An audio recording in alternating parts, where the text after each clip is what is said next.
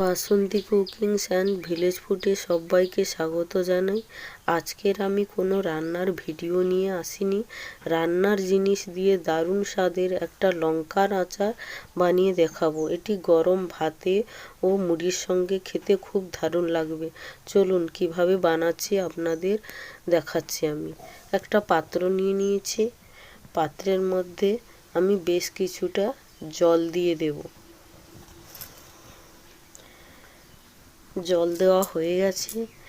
এইবার এই রকম সাইজের আমি লঙ্কা নিয়ে নিয়েছি। আপনারা যে যেরকম সাইজের লঙ্কা নিতে পারেন। তো এই লঙ্কাগুলোকে আমি ভালোভাবে জলে ধুয়ে নেব। তার জন্য আমি জলের মধ্যে লঙ্কাগুলোকে দিয়ে দিচ্ছি।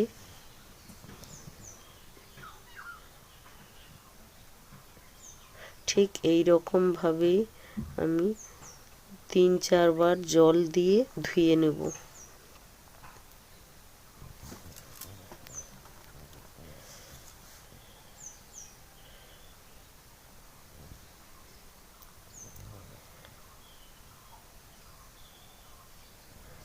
এরপর আমি লঙ্কাগুলোকে একটা পাত্রে তুলে নিচ্ছি।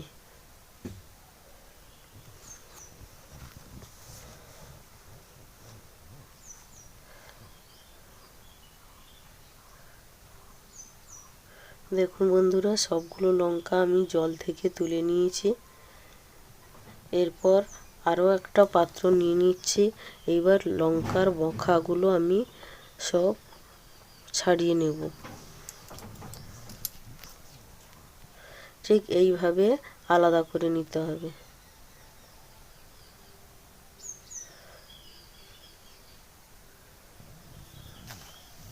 আমি সবগুলো লঙ্কা এইভাবেই ছাড়িয়ে নিচ্ছি। দেখুন ছাড়ানো হয়ে গেছে। ঠিক এইভাবে করে নিতে হবে। এরপর আমি একটা ছুরি নিয়ে নিচ্ছি। এই ছুরি নিয়ে লঙ্কাগুলোকে অল্প অল্প করে চিড়ে দেব।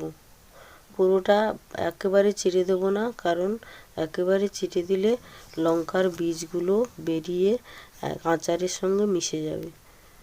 তার জন্য আমি অল্প অল্প করে চিড়ে দিচ্ছি। দেখুন বন্ধুরা, এখানে আমার কিছু মশলা লাগবে।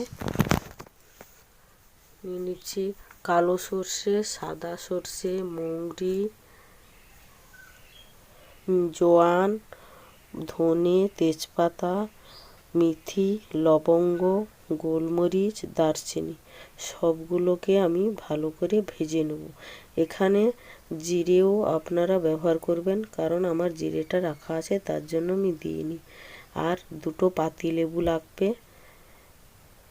আমি গ্যাসে কড়া বসিয়ে দিয়েছি। দিয়ে মশলাগুলোকে আমি এইবারে হালকা আঁচে ভেজে নেব।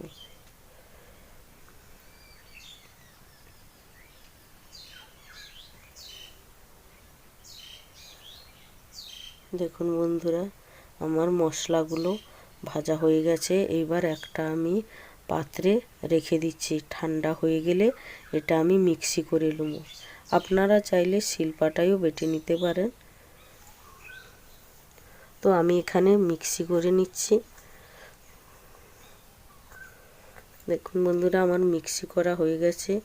এইবার আমি একটা গ্যাসে কড়া বসিয়ে আবারও তেল দিয়ে দিচ্ছি। এই তেলটাকে খুব ভালোভাবে গরম করে নিতে হবে।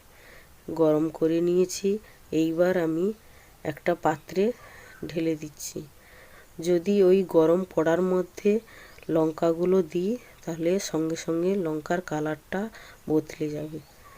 এইবার ওই তেলের মধ্যে আমি বিট লবণ, কাশ্মীরি লঙ্কার গুঁড়ো এবং হলুদ গুঁড়ো,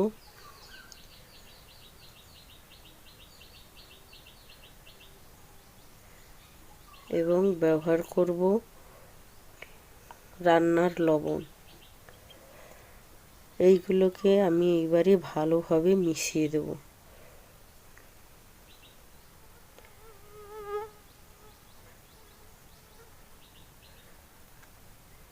দেখুন বন্ধুরা, মেশানো হয়ে গেছে। এবার আমি লঙ্কা চিড়ে রাখা যেই লঙ্কাগুলো গরম তেলের মধ্যে দিয়ে দিচ্ছি। সবগুলো লঙ্কা আমি দিয়ে দিয়েছি। এইবার ভালোভাবে এদিক ওদিক করে নাড়াচাড়া করে নিচ্ছি। এইবারে সেই দুটো পাতিলেবুর বীজ আলাদা করে আমি লঙ্কার মধ্যে দিয়ে দিলাম, দিয়ে ভালোভাবে নেড়ে নিচ্ছি। এরপরে সেই গুঁড়ো করা মশলাগুলো আমি দিয়ে দিলাম। তারপরে ভালো করে আবারও একবার নাড়াচাড়া করে নেব।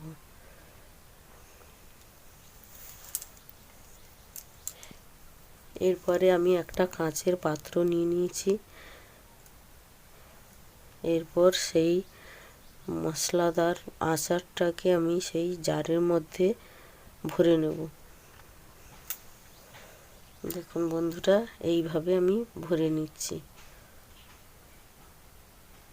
এইভাবে রেখে আপনারা ফ্রিজের মধ্যেও রাখতে পারেন, আবার রোদেও দিয়ে রাখতে পারেন। দেখুন বন্ধুরা, আমার হয়ে গেছে। এইভাবে করবেন, খুব ভালো লাগবে।